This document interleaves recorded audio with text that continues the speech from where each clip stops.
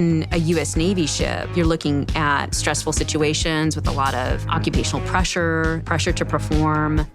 There's periods of isolation. There's periods in which folks are going to miss milestones in family or other elements of their lives that they have to continue to work through. A lot of our work is actually people dealing with loneliness, isolation, feeling disconnected.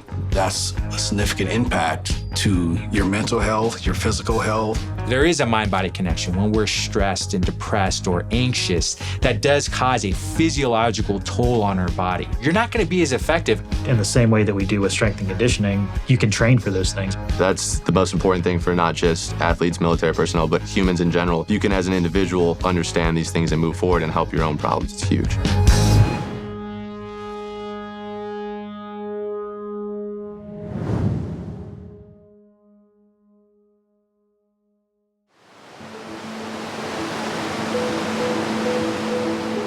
If I would have enlisted at 18 or 19 years old, I'm sure I would have struggled. It's a really big ask for people at that age to come in and assume as much responsibility as we want them to, and they're not fully formed. There are some shocking moments for folks the first time they realize that, hey, I'm not going to have 24/7 access to email and communicate and FaceTime with my family members. That can be kind of startling at first.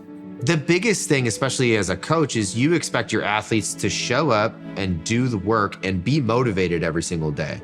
And you don't always get that in the military. You'll get guys who have 3 hours of sleep or no sleep at all, or have been doing different trainings, or it's their first time away from home and they miss their family. And it's a different type of atmosphere where they don't want to do this all the time. They don't see the investment that it can make. It's really up to us in the organization to help everybody who's capable of making that adaptation to adapt. We need to support people. Mental health is part of the continuum of care for sailors, but that continuum also includes leaders, mentors, sea daddies and sea mamas, shipmates. Mental health is not going to be solved by mental health providers alone. Understanding the mind is really, I think, the forefront of human performance optimization. I mean, it's really easy to understand, okay, this training makes this individual stronger physically. But what we're really starting to understand and examine is how training psychologically and being mindful plays into being more resilient physically and mentally as well. When we work out, we can track how much weight we lift. And if I'm running, I can track my heart rate so I know how much work I'm doing or how many calories I burned. It's really hard to do that on the cognitive scale. If you had just a very stressful day and you say, I'm burnt out, and really what that is that's all of that cognitive stress and social and work stress. And we've got to have ways to recognize that and know that we need to recover from that. When it comes to human performance optimization as a science, it's not enough to be able to tell somebody be more resilient. It would be like handing someone a 350-pound weight and telling them to deadlift it. You need to work up to that, teach people how to use their human physiology and how even maybe to use stress to their advantage. We teach people stress optimization skills. We give them the right mindset to understand that always being under-challenged is not really going to help you grow. Always being over-challenged is not going to help you grow either. We give people the tools to find the sweet spot and then move into it. Resilience means I can try to damage an object and it's resistant or resilient to that damage. But humans, in a lot of ways, are actually anti-fragile. If we try to damage it, they actually become stronger from it. That's different than just being resilient. It's gaining strength from the adversity. Where we can get that edge is to train on short-term controllable stressors that are exceptionally good for human physiology, to strengthen neural networks, to strengthen body tissue. Human tissue really responds in very much the same way above the neck as it does below the neck. And so if we are able to train them on short-term controllable stressors, they actually do get better at handling the long-term uncontrollable stressors that really characterize military occupations and military environments. All right. Beautiful, beautiful. Now, that said, just like a muscle, you want to challenge it and recover, challenge it and recover. So kind of oscillating between this kind of low blue zone where you're relaxed and recovering and maybe the yellow zone where you're challenged and uncomfortable, that's the important thing to do. And moving back between those zones is what allows the green zone to get bigger and bigger. This is how physical strength building works, right? You damage your muscles to a small degree, and then they build back stronger. so that when our airmen are in a psychological stressful situation, not only are they resilient and they can handle it and perform again, but they're going to become better, learn from it, and perform at a higher level the next time they're in that situation. That's when you're going to perform exceptionally well. If those neural networks have been repeated over time, just like I need to lift a 300-pound weight, and good news is that I just spent 6 months learning how to do that and building up the strength in my neural networks to do that. It's not ignoring feelings or emotions or not experiencing stress. It's understanding, okay, I am stressed, I am hungry or tired, but I'm not gonna let this affect my performance. And really by training physically and mentally, we can really begin to be more resilient to the everyday stresses that we have so that they don't affect our ability to be effective in the field.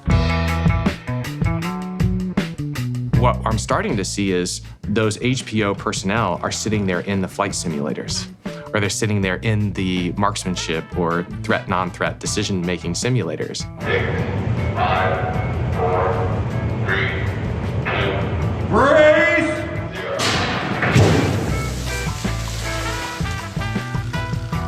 And the operator or service member goes through the training task, comes back, and as part of the after-action review, it's not just sitting there with the military supervisor. You're sitting there with the HPO and revisiting that run and saying, hey, were you able to use those skills that we had been working on for the past couple of weeks, physical or cognitive? That type of integration is what is really allowing us to maintain and train that edge that we're looking for. And HPO is a vital component of that. In my portfolio, we have a section called Performance and Resilience Optimization that is really focused on psychological readiness and behavioral health, fatigue management, behavioral sleep science, and will to fight moral injury. If you have to do something in the course of your duty that doesn't sit well with you and goes against your personal moral code, how do you come to resolve? Because that's part of that whole person optimization. We found out that we're really the only people that treat them like people. That's how we see them instead of how the Army has to look at them as like a tool. So units that have HPO providers, their mental health and suicidal ideations are much lower. There's a 37% reduction in suicide and self-harm since HUF has gone en masse to all these different units. And that is the biggest one because they see us just as people as opposed to, oh, I just have to go do my job for this person so I don't get in trouble. The strength coaches are kind of like the throughput people. We're on the ground, and if you are presenting some sort of mental crisis, we know where to send you. I connect a lot of people to the mental readiness lane to work on their mindfulness, to work on their cognitive skills, and we work great together because I help them get nourished. They help them with those cognitive skills, and now those cognitive skills work because now they're nourished, and then they do even better with their nutrition and listening to their body, and then they're like, I can tolerate this. I can do it. The shift from viewing the brain and the body as separate entities that have no bearing on one another has certainly shifted into a position of understanding that they're completely integrated and that one very much impacts the performance of the other. The psychological factors, they're not just all in the brain. They do have effects on your cortisol levels, all your hormones. You're going to have all these other chemical imbalances, all these other problems that are coming. And it's not about just treating the symptoms, it's finding that cause. And usually that cause is going to be psychological. It could look like things like an increase in injury rates or a higher risk for injury rates, some sort of nutrient deficiency, or we can start to see it in really abstract or non-specific ways, like you just don't feel well, you're not sleeping well, maybe more headaches, eczema's flaring, or things that normally are at baseline start to become a lot more noisy. If you understand some of your body systems, the way that your metabolic and endocrine system work, the way that those synaptic events occur, the way that you can strengthen certain neural networks, the way that you can gain control over your physiology, you allow a person an opportunity to be more creative and problem solve more efficiently and effectively in the environment as they're facing it day by day. Again, it's this idea of human performance optimization. By understanding how our body responds to stress, we can then begin to target changes that improve our resiliency to that stressor in tactical situations. What is the actual goal here? What are we after? Not just saying we're going to make it hard to make it hard. We're making it hard because we're after a specific skill set that we're trying to train. And there's a role for exposure to stress and hardship, and there's a role for HPO in supportive practices that allow you to become resilient to those.